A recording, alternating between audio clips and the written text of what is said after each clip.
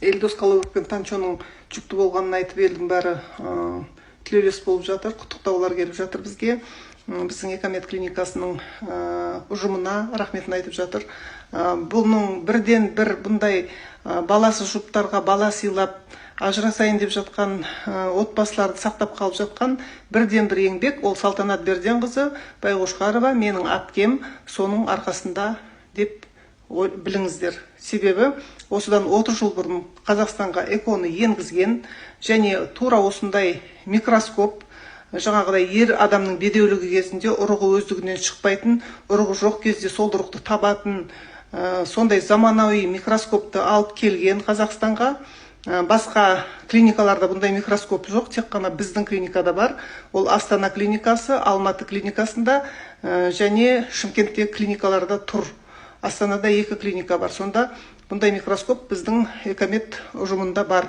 Бұны аппаратты, оборудованиені іздеп, тауып, соныменен жаңағы дамытып, ғылымды өркендетіп жатқан бұл дүниенің, Экомедтің артында тұрған Салтанат Берденқызы Байқошқарова.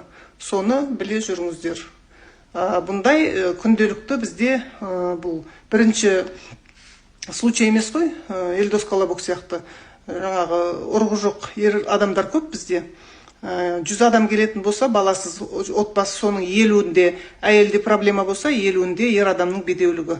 Сондықтан бұл күнделікті жасалып жатқан операция, күнделікті экодан жүкті болыпты дегенде осындай жиі кездесетін мәселе. Операциядан инвалидный коляскамен шығарған кезде бесплодие деп маған диагноз қойды. 20 жасар балам, 14 жасында Танчолпанды кездестірдім. Танчолпанға бірақ үйленудің алдында мен айттым. Қиындыққа бірге төтеп береміз десек, кеттік деп ұсыныс тастадым. Ұсынысымды қабыл алды. 9 жылдың ішінде 10-нан аса операция, жылау, құлдырау, кризис тоқтатамыз-ау деген кезде Танчода қуасыз ба? Менде сондай болса, сонда менің мақтып бересіз ба деген кезде көтерді, сол кезде қысқанымда қатты сыймай, қатты құрметпей, өмірлік жолда мықты серік болатын адам екенсіз. Алланың қалауымен біз февраль айында қажылыққа барып келдік, март айында осындай бір жақсы сүйінші хабар естідік.